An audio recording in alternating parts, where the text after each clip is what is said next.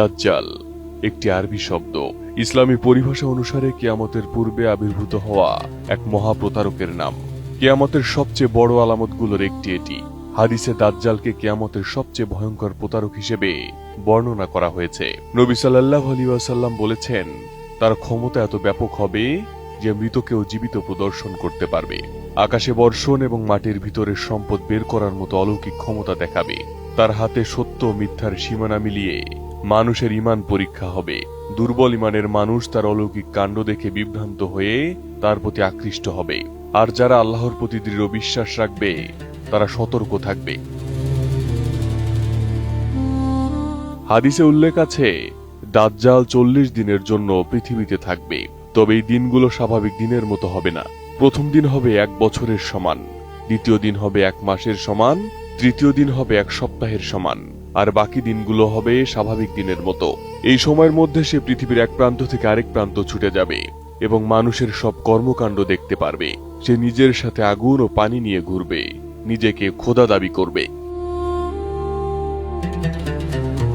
এদিকে আজকের যুগে প্রযুক্তি যেন অনেকটাই দাজ্জালের কল্পনার মতো প্রভাব দেখাচ্ছে। পৃথিবীর এক প্রান্ত থেকে অন্য প্রান্তে মুহূর্তে যোগাযোগ, ভিডিও কল, ডেটা ট্রান্সফার এগুলো বাস্তবকে বদলে দিতে পারে। Artificial ইন্টেলিজেন্সি, virtual reality, augmented reality এবং ডিপফেক ভিডিও মানুষের বাস্তব ধারণা বিকৃত করতে সক্ষম। এআই দিয়ে মৃত মানুষকেও জীবন্ত হিসেবে ফুটিয়ে তোলা যায়, কারো কণ্ঠ ও অভিব্যক্তি নকল করা যায় এবং তথ্যের মাধ্যমে মানুষের মনকে বিভ্রান্ত করা যায়। সোশ্যাল মিডিয়ার অ্যালগোরিদম সত্যকে মিথ্যা এবং মিথ্যাকে সত্য হিসেবে উপস্থাপন করতে পারে। গ্লোবাল সার্ভিল্যান্স, ডেটা বিশ্লেষণ এবং ডিজিটাল কন্টেন্ট মানুষের আচরণে প্রভাব ফেলছে, যা এক প্রকার দাজ্জালের ফিতনার মতোই কাজ করছে। আর এখানেই প্রশ্ন আসে, এআই প্রযুক্তি কি তবে দাজ্জালের আগমনী বার্তা?